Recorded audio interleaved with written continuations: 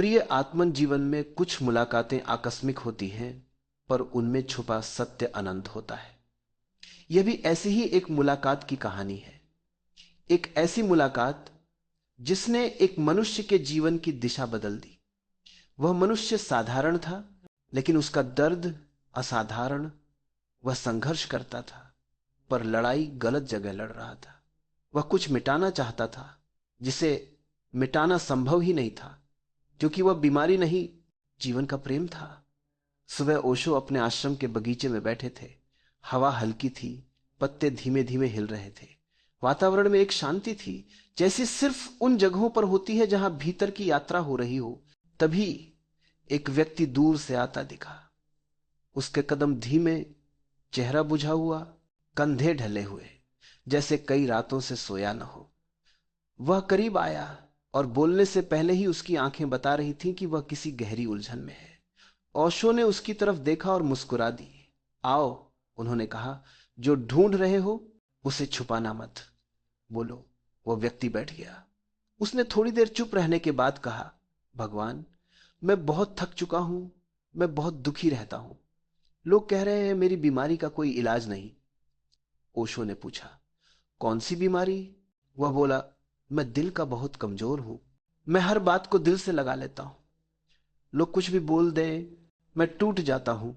मुझे लगता है मैं अपने ही दिल का कैदी बन चुका हूं। हर चोट गहरी लगती है, हर शब्द तीर बन जाता है। मैं चाहता हूं कि मेरा दिल कठोर हो जाए, लेकिन कहते हैं कि इस बीमारी का कोई इलाज नहीं। ओशो सुनते रहे, बिना किसी जल्दबाजी। तो मेरा प्रेमानंदाते हैं, बिना किसी जल्दबाजी के। जैसे वे उस व्यक्ति के भीतर उतर रहे हों। फिर उन्होंने धीरे से कहा, तुम्हारी बीमारी का कोई इलाज नहीं। अच्छा है, क्योंकि यह बीमारी नहीं है। व्यक्ति चौंक गया। लेकिन मुझे तो इससे बहुत दर्द होता है। क्या दर्द भी अच्छा होता है?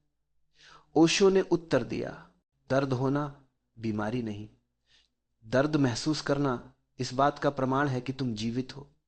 बीमारी यह नहीं कि तुम संवेदनशील हो। बीमारी यह है कि तुम संवेदनशील होने को दुख मानते हो। बीमारी यह है कि तुम लोगों के शब्दों पर अपनी कीमत तय करते हो। वह व्यक्ति चुप को रहा। ओशो आगे बोले, तुम किरणों पर चलने वाले पंखुड़ी जैसे हो। जो लोग पत्थर जैसे हैं, उन्हें दर्द नहीं होता, लेकिन वे प्रेम भी नहीं कर सकते। तुम दर्द इसलिए महसूस करते हो क्योंकि तुम्हारा दिल जीवित है। जीवित दिल को चोट भी लगती है और आनंद भी मिलता है। फिर उन्होंने हल्के से हंसते हुए कहा, जो पत्थर दिल होते हैं वे तो मरने से पहले ही मर जाते। तुम्हारी परेशानी यह है कि तुमने दूसरों को अपने दिल का मालिक बना दिया है। उस व्यक्ति की आंखें नम हो गई। उसने पूछा, तो मैं क्या करूं? मैं लोगों की बातों से इतना प्रभावित क्यों हो जाता हूं? ओशो ने